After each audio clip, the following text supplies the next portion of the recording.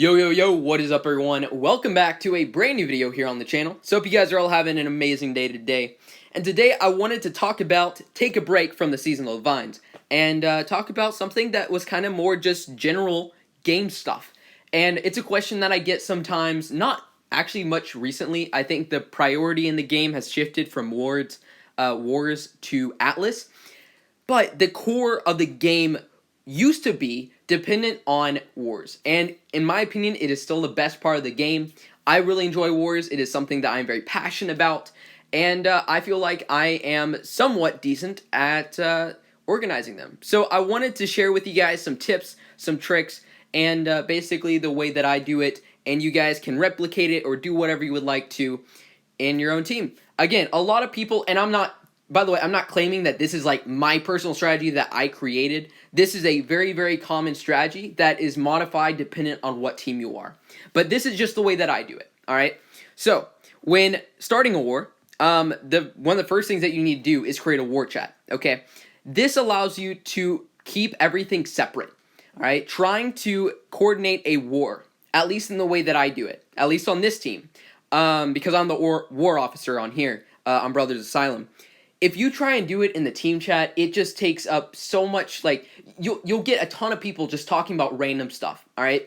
And the purpose of doing it the way that I do is to keep it organized, straightforward, very easy for the person who's organizing it to understand and figure out who's here, who's not, are we attacking the same person? Like, all this stuff can get lost very, very easily in, the transfers and just the normal team chat, whatever, right? So, a strict rule of the war chat, at least on my team, is that it is strictly for war, right? Nothing else, period. So, when I start out in the war, right, we're starting, let's say, 15 minutes, normally, is when I call for a wave prep. So, what I do, and I'm just going to walk you guys through it, all right, bear with me. So, I do at group. At group, by the way, tags everyone that is in the specific... Okay, I literally cannot type. You would think the amount of times I've typed that, it should be second nature, but no. So, at group, wave, prep, and then R if ready. And what this does, it allows you to get a head count. And for wars in particular, knowing the amount of people that you have online is extremely important. And for the first wave, it is extra important because if you are smart or the average player and you are deciding on like what war to declare on and all this stuff, you should be declaring at the last second. When I was leader of war enforcers, I would normally declare it 2 to 1 seconds before war actually started, all right? But I planned out the wave, coordinated it all 15 minutes prior. So as soon as the war started, they got a notification that there's a war, and we're already waving, right? You want to catch them off guard. And I know I'm going to regret this because now I'm not saying, like, no team knows how to do it, but I'm saying, like, now people are going to be like, oh, man, all right, I know how to beat Odin. Great. Anyways, so keep in mind, you always want to declare at the last second in order to get the element of the surprise and then wave. But anyways, so at group, wave prep, R if ready. Once you see a huge line of R's, then what you want to do is at group. Again, a lot of at groups, but it just keeps everyone kind of in this chat. Because when they see a notification, they're like, okay, I need to be in here, or at least they should be. So you do at group, pick a target that you can solo with 3 defenders. And the reason why I say with 3 defenders is this basically kind of emphasizes the importance of going low, okay? A lot of people want to go higher than their level, which is okay, right? It's not a bad thing. However, defenders can mess anyone up. I failed so many times in like recent wars and stuff. I'm not saying I'm perfect, but what I'm saying is everyone can mess up when defenders are involved, okay? So what I would personally suggest is stress the importance of going lower than you would normally do. So let's say you're level 300, maybe hit like a 290, all right? Because there's 3 defenders on that attack. A level 200 base can, take out level 300s, right? So just keep that in mind because everyone is going individually. There's no backers in the first wave, at least unless there's like, a really, really low level who can't solo anyone, in which case you need to figure out who can back and all this stuff. but normally speaking, the rule of thumb is everyone goes solo. What this does is it allows a just huge wave of people, and the other team may or may not be able to get in all the banners. And that is why waves are so important. You want to try and get a defensive advantage really easily. Or sorry, you want to get a defense advantage like from the start, from the get-go. So in order to do that, doing a huge wave helps tremendously. Because if they have a whole line of banners and they click one, they're going to lose access to all those other banners. And if you go into a really tight wave and you declared on them in the last second and like 5 of them are on, they are so screwed. I remember one time on War Enforcers, another team got like 6 defenses and we got 150 flames. First wave. It was insane. But because they were caught unprepared and there was no way that they could get in all the banners and they were freaking out.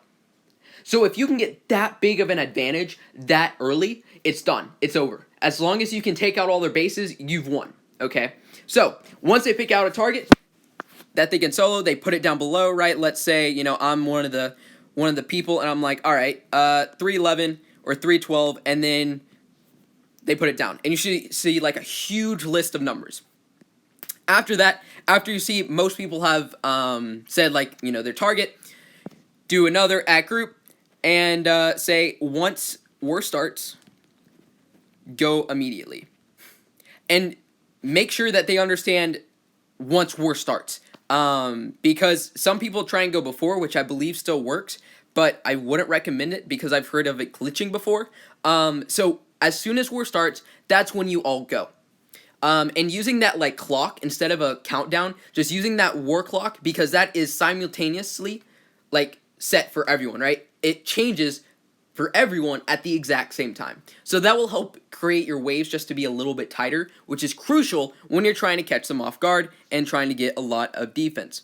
So after the attack is over, whatever, let's say they all get 5 flames and they have 1 defender. All right, so if you've ever seen this and you're new to a team and don't understand, the first number before the slash is the amount of flames that you get. So if you get 4 flames, you put 4 flames, then you put the slash, and then let's say you had 3 defenders, right?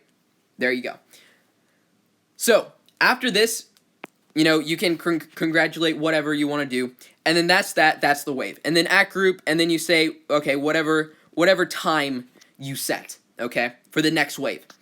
And then whatever time, and you're like, okay, log in 15 minutes prior to wave for wave prep.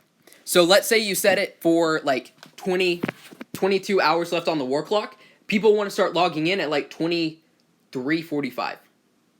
Right? Wait, no. 23:15, right? No. 22:15. There we go. Can't do math. And when I say 22:15, I mean on the war clock, you'll see how it says an hour. When it says 22, then the 2 dots, I can't remember that now, and 15, that is when people want to log on, and then you start with the next wave. And all the waves after the first one is a little bit different, because you're going to have people who are done with their attacks.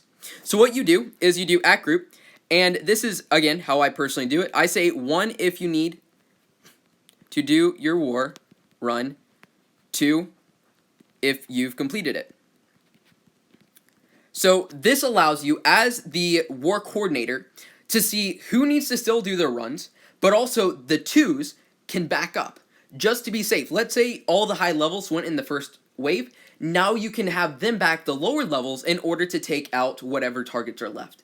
And this just keeps it really organized, just a bunch of numbers. It's not like people saying, oh yeah, I need to do an attack, I need to do this, I need to do that, all in different, ways of saying it. It can get really complicated really quickly, kind of hard to tell what's going on. So just putting one number, either 1 or 2, is just so simple. They don't have to think a whole lot. It's just, all right, if you need to do your attack, put a 1 down, you're set.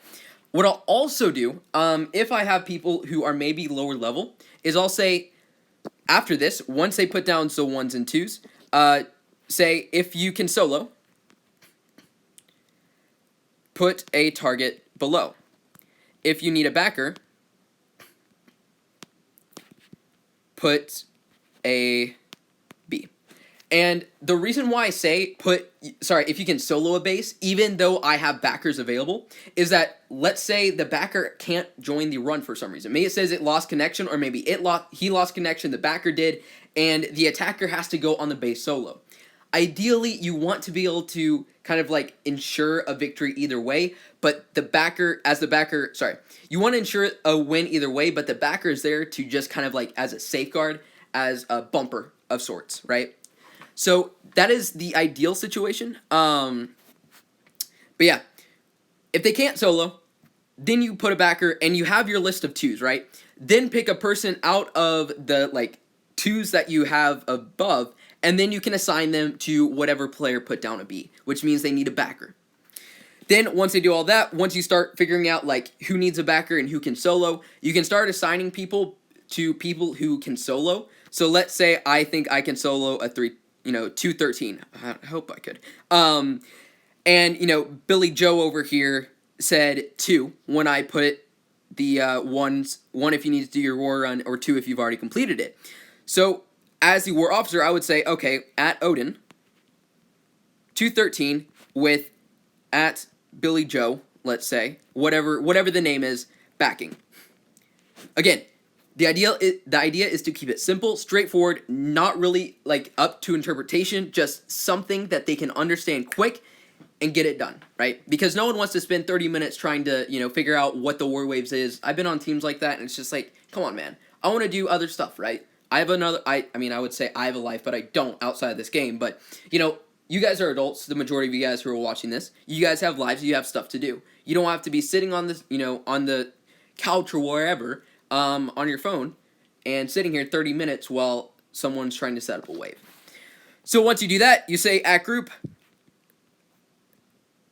ready, they put down their R's, and we're Gucci. Then they all go, then they put down the, 5-1, 4-3, whatever you want to do, and, yeah, that's basically the waves. And you just keep doing the same thing over and over and over again until you feel confident that you win the war on defense points. And if you need help, like, with trying to figure out when's a good time to stop doing this type of stuff, you feel free to message me. My in-game name is Odin. This is me. And I'll try to help if I can. But yeah, I hope this helped you guys out. Yeah, I don't know. It probably a long video, but it's like, I think it will help you guys out. That's my hope. But anyways, hope you enjoyed, and I'll see you in the next